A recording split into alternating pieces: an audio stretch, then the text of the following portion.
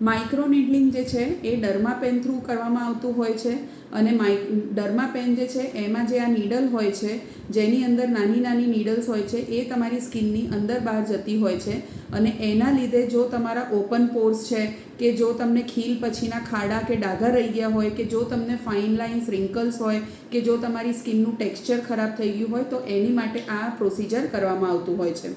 આ પ્રોસિજર જે છે એ દર મહિને એકવાર કરાવવાનું રહેતું હોય છે અને એવરેજ 4 થી 5 સિટિંગ કરાવવાની રહેતી હોય છે.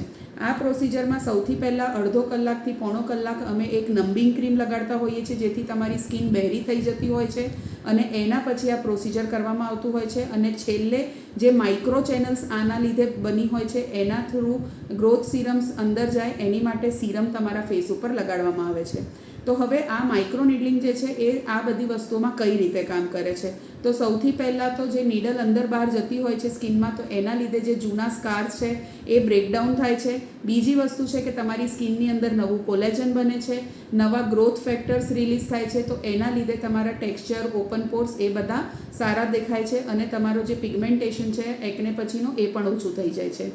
આ પ્રોસિજર કરાવ્યા પછી તમારે 2 થી 3 દિવસ માટે તડકામાં નહીં જવાનું અને જે માઇલ્ડ રેડનેસ તમને દેખાતી હોય છે એ 1 થી 2 દિવસમાં જતી રહેતી હોય છે. પ્રોપર રીતે મોઇશ્ચરાઇઝર અને સનસ્ક્રીન લગાડવું પણ જરૂરી છે અને આ જે પ્રોસિજર છે એ તમારે એક ડર્મેટોલોજિસ્ટની અંડરમાં કરાવવાનું રહેતું હોય છે, જાતે કરવાની ટ્રાય નહીં કરવાની. Thank you.